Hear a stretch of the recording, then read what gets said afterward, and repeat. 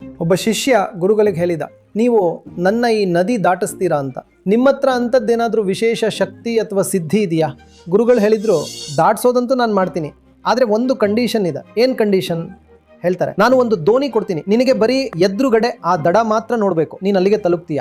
ನೀನು ದೋಣಿ ಕಡೆ ನೋಡಬಾರ್ದು, ಎದುರುಗಡೆ ನೋಡ್ತಾ ಇಲ್ಲ, ಮೇಲ್ಗಡೆ ನೋಡ್ತಾ ಇರು, ಇಲ್ಲ ಎಲ್ಲಾದ್ರೂ ನೋಡ್ತಾ ಇರು, ಕೆಳಗಡೆ ದೋಣಿನ ನೋಡಬಾರ್ದು, ನೀನು ದಡ ಸೇರ್ತೀಯ. ಶಿಷ್ಯ ಅಂದ, ಚೆನ್ನಾಗಿದೆ ಕೊಡಿ. ಗುರುಗಳನ್ನ ಪರೀಕ್ಷೆ ಮಾಡಬೇಕಂದಿದ್ದ. ಗುರುಗಳು ಅವನನ್ನ ಒಂದು ದೋಣಿ ಮೇಲೆ ನಿಲ್ಲಿಸಿಬಿಟ್ರು, ಮತ್ತೆ ಸ್ವಲ್ಪ ತಳ್ಳಿಬಿಟ್ರು. ಈಗ ಹೋಗು, ಆ ಕಡೆ ತಲುಪ್ತೀಯ. ಮತ್ತೆ ಅವನ ದೋಣಿ ಆ ಕಡೆ ನಡೀತು, ತೇಲುತ್ತಾ ಹೋಗ್ತಿದ್ದ. ಈಗ 3/4 ಭಾಗದಷ್ಟು ಅವನು ನದಿ ದಾಟಿದ. ಅವನಂದ, ಗುರುಗಳಂತೂ ಅದ್ಭುತವಾದ ಮನುಷ್ಯ ಇದ್ದಾರೆ, ಇಷ್ಟೊಂದು ಬೇಗ ಅದೆಂತ ದೋಣಿ ರೆಡಿ ಮಾಡಿದ್ರು, ಪ್ರಯೋಗ ಸಕ್ಸಸ್ ಕೂಡ ಆಯ್ತು, ನಾನು ಈ ಕಡೆ ತಲುಪಿದೆ ಅಂತ. ಅವನು ಕೆಳಗಡೆ ನೋಡ್ದ, ಕೆಳಗಡೆ ನೋಡ್ತಾನೆ, ಅಲ್ಲಿ ಕಾಣಿಸಿದ್ದೇನು, ಮರದ ಹಲಗೆ.